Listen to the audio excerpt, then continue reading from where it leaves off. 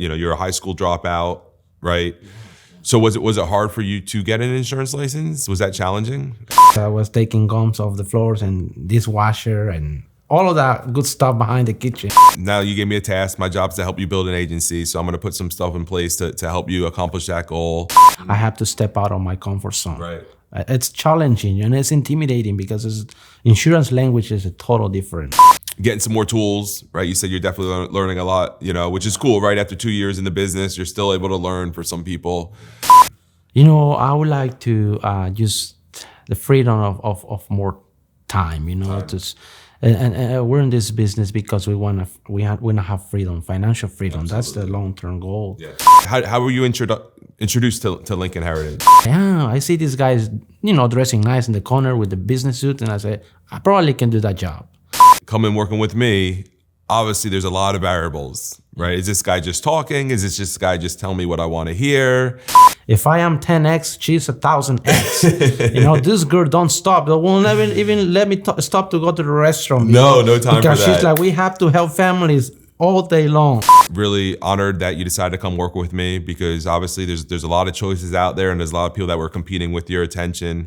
I feel weird because I went through the whole pictures all the way to the beginning. I'm like, who's this guy, And everybody's talking about David Price, and who's this guy? The youngest millionaire in the final expense. And if he can do it, I can do it too. I love that thinking, so, man. Yeah.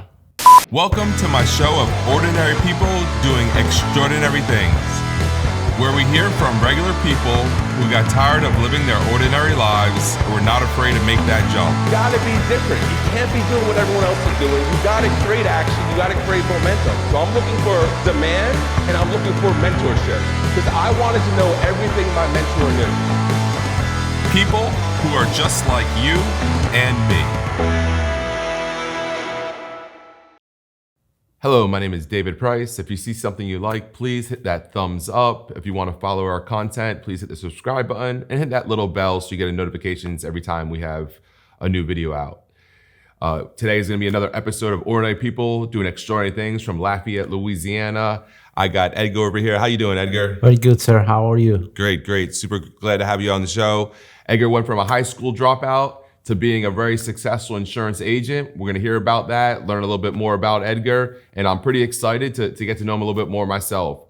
So Edgar, tell us, obviously you're an insurance agent, you're very successful now, you've been at another company as well, but bring us into the beginning. Tell us a little bit about your background. Well, great guys. Like I say, my name is Edgar Canedo. My background, I'm from Mexico. All the way South Mexico, Acapulco. Okay. So I'm a beach boy. I'm from the ocean. I like the ocean.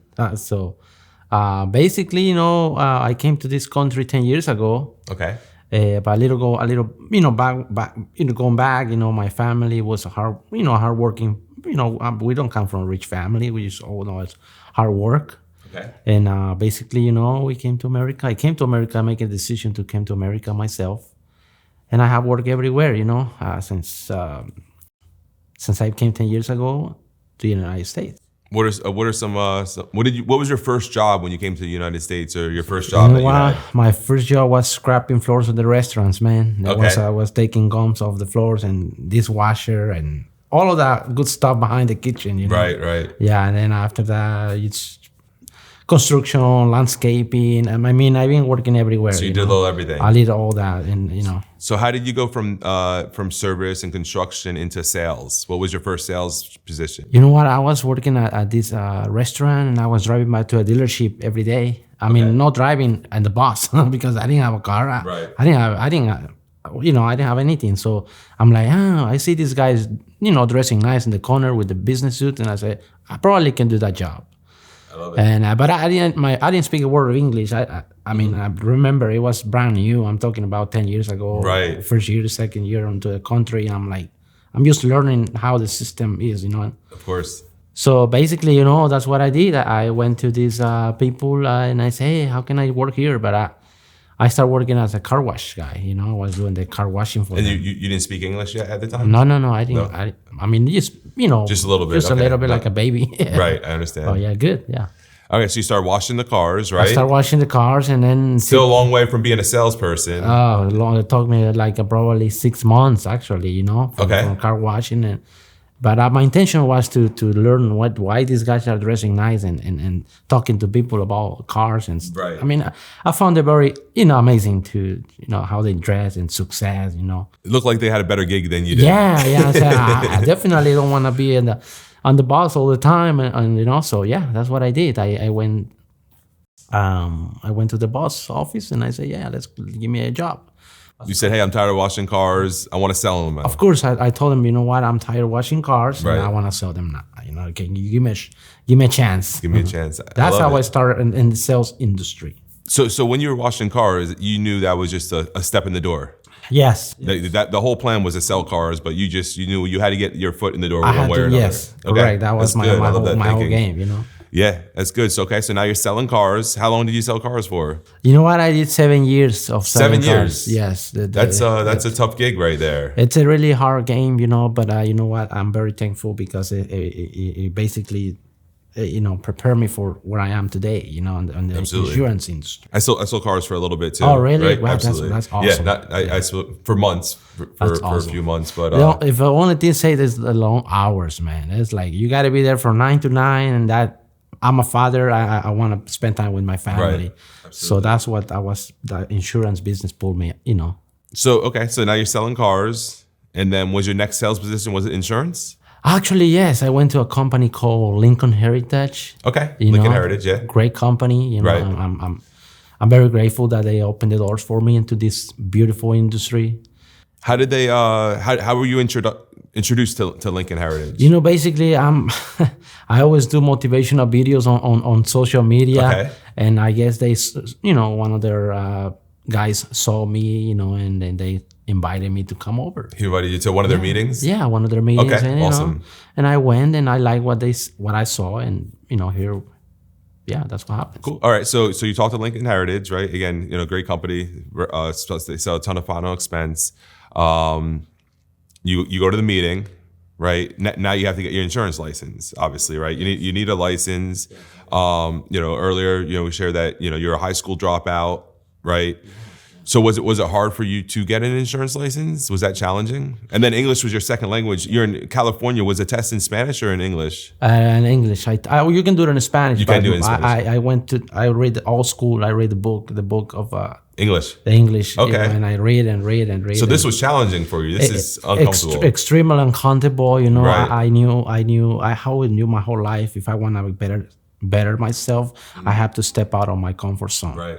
It's challenging and it's intimidating because insurance language is a total different, Right. It's not just learning English. Yeah, because even I speak English, right? That's my native language. And when I took the insurance course, I'm like, man, what do these words mean? And English is my native language. So yeah, I could understand that would be more challenging. It's challenging, but it's worth it. It's worth it. It is, right? It is. So so you got your insurance license now.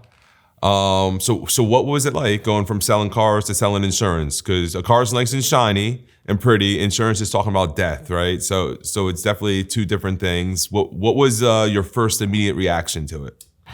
You know what? It was challenging at the beginning, but I always knew that this insurance is about to helping people, and I'm all about to helping people. I mean, I'm passionate about helping people. That's what keeps me going. That I know I'm doing the right thing to help Americans or my people, Latino people, because I'm a Latino man, so I want to reach out to them.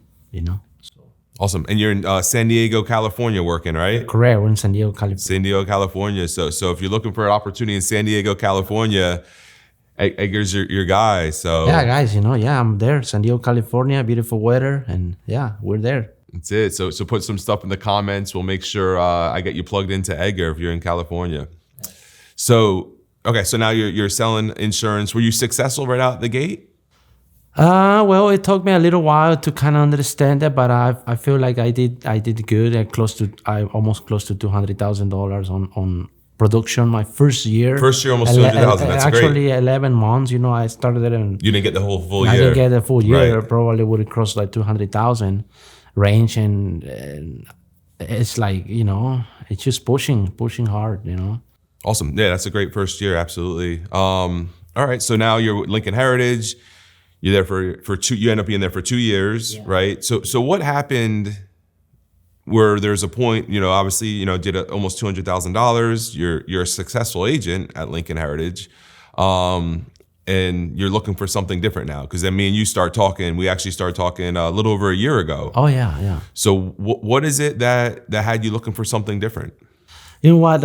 Again, Lincoln Heritage is a great company, but on my side, I was struggling with lead in my area. Leads, okay. Leads. One of the things that is very important for a successful agent. Now that I've been doing this for 2 years, now I see that if you don't have lead access, your business will fail. Right. So that was important for me to find out, a lead flow on my area that I don't need to drive 5 hours, 6, 7 hours, all the way to San Francisco, San Bernardino, whatever, I mean, if I'm here, I'm local. I want leads in my area, my zip codes, all of that. So that's what I found. I found here with you guys, and that basically. Okay, so you were looking for more leads. I was looking for more leads, man. I was trying to, find to increase my business, and obviously to help the community more, to reach out more my local community.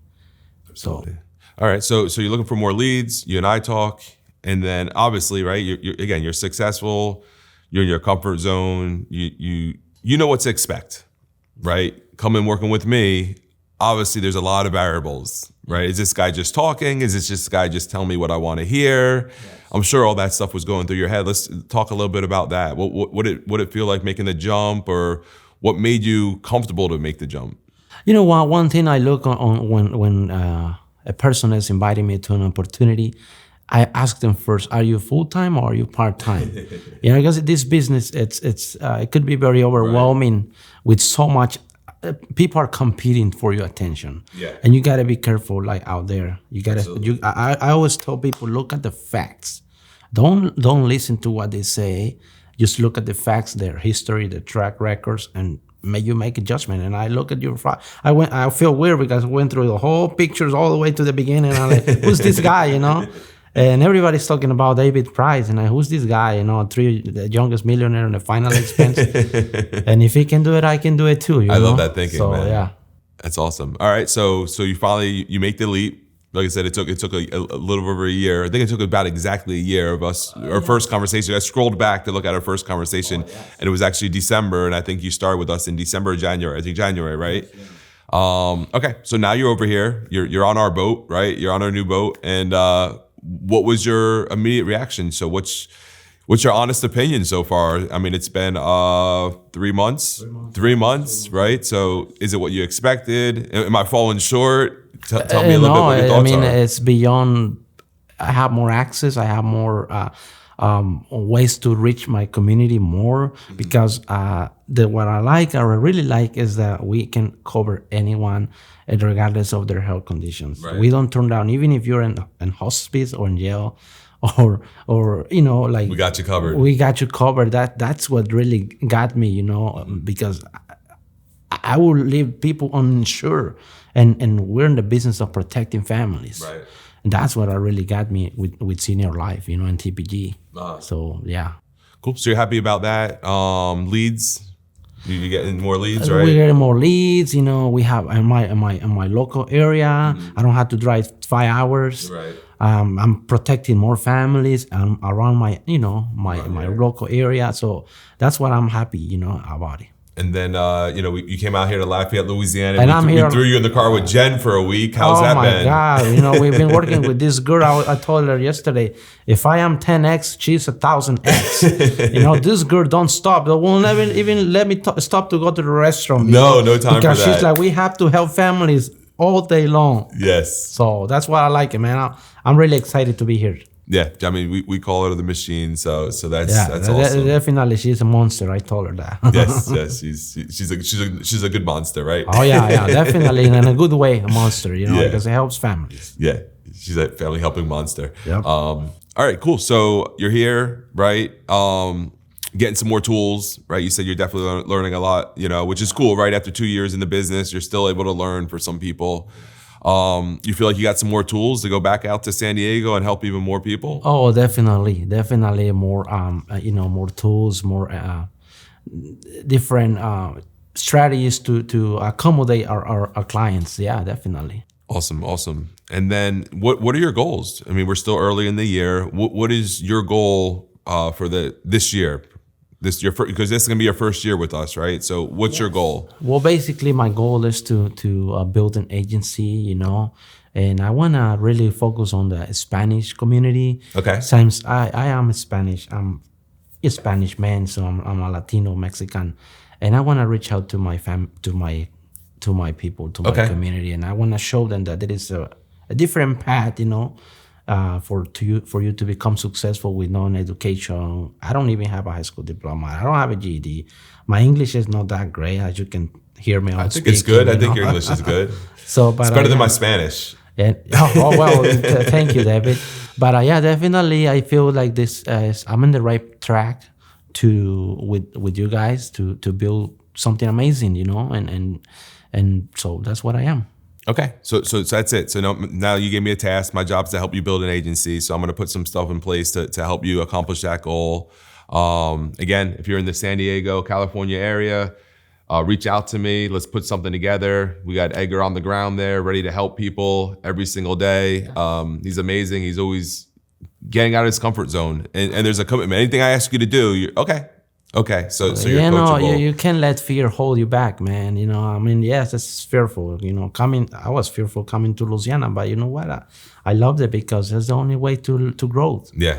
To stay out of your comfort zone. Yeah, and I mean, jump into the car with Jen. I mean, Jen was the #1 agent in the country her first year. She was born to do this, so you can't get. So I can get any better than that. Yeah, So absolutely, of course. So what about long-term goals, right? We talk about, you want to start building an agency. What are some things that you see that you want to accomplish, whether it's next 5 years, 10 years, your final destination? Where do you want to go with this platform? I would like to use the freedom of more time, and we're in this business because we want to have freedom, financial freedom. Absolutely. That's the long-term goal. Yeah.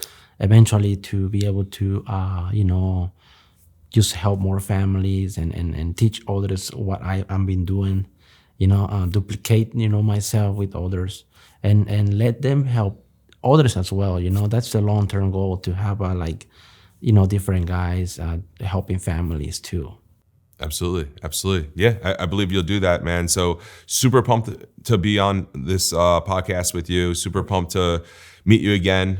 Right, really honored that you decided to come work with me, because obviously there's a lot of choices out there and there's a lot of people that were competing with your attention. Yes.